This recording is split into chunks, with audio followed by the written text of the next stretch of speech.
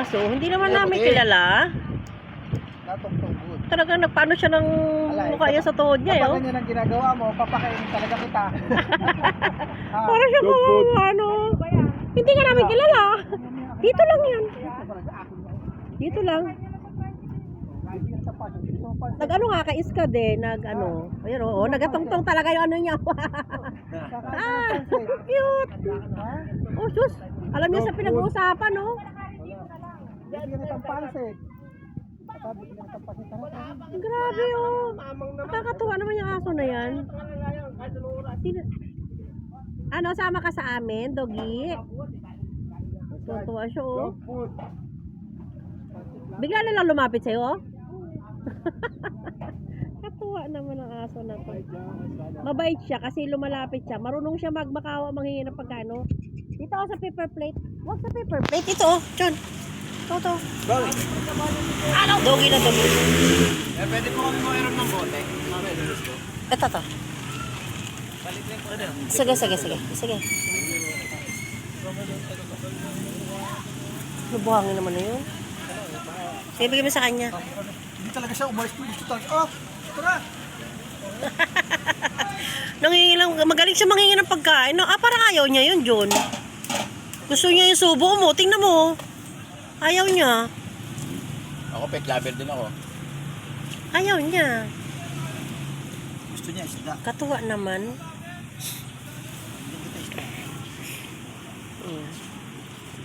Sige na, Doggy. Ayun na. Ayun. Saka pa lang siya kakain. Ang cute. Marunong siya manghingi ng pagkain, ano? Nagapang kaawa. Ay, nako. Pwede ka lang iuwi. Uwi kita eh. Ay, magkakagulo sila doon. Ang dami na nila eh. Kaso hindi natin alam kung kanino sino may-ari niyan. Sanay sa masarap na pagkain. Oh, tingnan mo. Ano naman yan sa tuhod mo? Tatambay na naman yan. Wala, lapit pa talaga siya. Mas kanta lang mo na. Siguro may-ari niyan. Ang cute! Kakatuwa. Siguro may-ari niya pulis din. Oh, Diyos mio. Kakatuwa. O, nagkalapit sa tuhod niya talaga. nangyari sa atin. Ngayon tayo nakita, eh, parang kang ano, kalagkarin ka, no? Ang cute. Nag-ano Kung talaga. makita mo, lalapit ka, ganyan ka.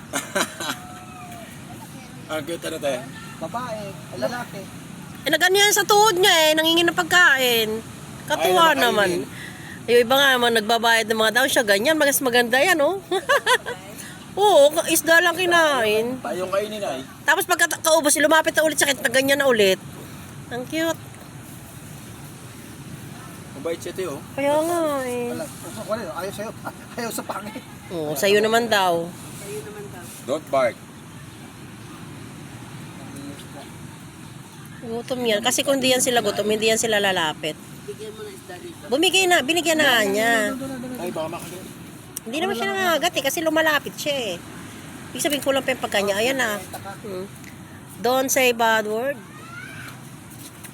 Ikaw na ubus sa pulutan namin, isda. Pero babalik ha?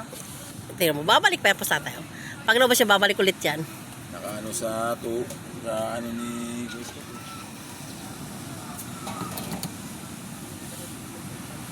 Tingnan mo, pag naubos siya, babalik ulit yan sa'yo.